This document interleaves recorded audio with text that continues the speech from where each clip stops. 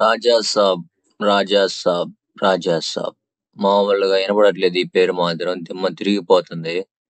ఈ పేరు ఎట్టెనపడుతుందో వాళ్ళు కూడా మూవీని దా మూవీ, దా మూవీ, దా మూవీ అని వెనక్కి లాగుతా లాగుతా లాగుతానే ఉన్నారు భయ్య. మరి ఎంత అంతగా కనపడుతున్నాం మన వాళ్ళకి. ఇప్పుడు జనవరి 9 అన్నారు, వచ్చే సంవత్సరం జనవరి 9 అన్నారు. మాట నిలబెట్టుకోవాలి. నిలబెట్టుకోలేనప్పుడు గమ్మున ఉండాలి. అలాంటప్పుడు ఎందుకు చెప్పటం? జనవరి 9 అన్నారు, అటువంటిప్పుడు అక్కడ ఉంచాలి. మరీ వెనక్కి మరీ వెనక్కి మరీ వెనక్కి లాగితే ఎర్రిపూకులా అంతలా చూసేవాళ్ళు నాకు అర్థం కాదు. ఎంత ఫ్యాన్స్ అయినంత మాత్రాన అంతలానే ఎదురు చూస్తారా? ఇప్పుడు జనవరి 9 అన్నాడు, సరే అది విఆర్ఎక్స్ బాగా బాగా రాలేదు.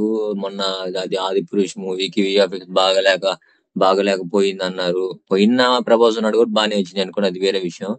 అది పోయిందన్నారు, విఆర్ఎక్స్ బాగాలేదు, మరి దీంట్లో తప్పు జరగకూడదని చాలా ఆ విఆర్ఎక్స్ అంటే సూపర్వైజర్ ని ఎవరినో వాళ్ళని కూడా మార్చి మళ్ళా వాళ్ళకి పెట్టి మళ్ళా అతన్ని కూడా కరెక్ట్ గా చూసి మొత్తం చేసిన తర్వాత విఆర్ఎక్స్ బాగున్నాయి అనుకుని నిర్ణయించుకున్న తర్వాత జనవరి 9కి అయితే ప్లానింగ్ అయితే చేశారు, బాగానే ఉంది. ఇది ఒక రకం.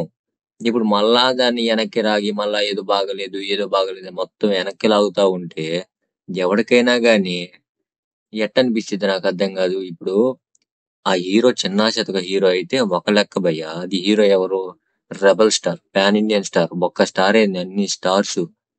అలాంటి స్టార్ ని వెనక్కి వెనక్కి లాగుతుంది. అది కాక కొత్త మూవీ అంటే మనం ఎప్పటి నుంచో ప్రభాస్ ని బుజ్జిగాడు రేంజ్, ఇంకా మొన్న రాఘవేంద్ర, అంటే రాఘవేంద్ర కూడా కొంచెం కామెడీ సీన్స్ ఉంటాయి, కొంచెం ఉంటది.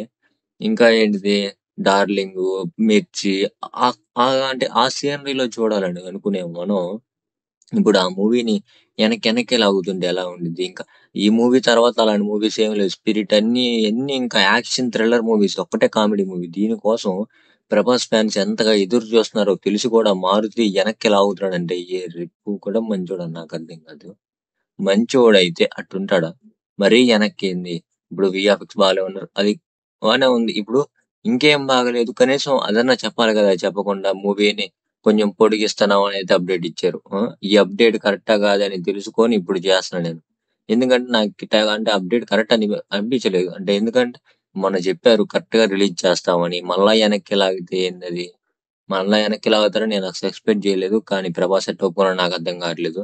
మరి అక్కడ ఏం లోపం వచ్చిందో, ఏమంత డౌట్ వచ్చిందో వాళ్ళకి ఏమో, మనకైతే తెలియదు. కానీ ఆ మూవీని అయితే చాలా అంటే చాలా వెనక్కి అయితే లాగుతున్నారు. ఇప్పుడు కనీసం ప్రాబ్లం కూడా చెప్పలేదు. అది మాత్రం అసలు ఫ్యాన్స్ కి ప్రభాస్ డై హార్డ్ ఫ్యాన్స్ కి మారుతి ఇస్తున్న రెస్పెక్ట్ ఏందో నాకు అర్థం కావట్లేదు. ఇప్పుడు ఏ మూవీ అయినా కొంచెం వెనక్కి లాగుతున్నాం అంటే ఏదో ఒక కారణం తప్పైనా ఇవ్వకపోయినా కారణం అయితే ఇవ్వాలి కదా. కారణం కూడా ఇవ్వకుండా లాగుతున్నాడు అంటే మరీ ఎంత ఎరుపుకుని చేస్తానని మనకు అర్థం కావట్లేదు.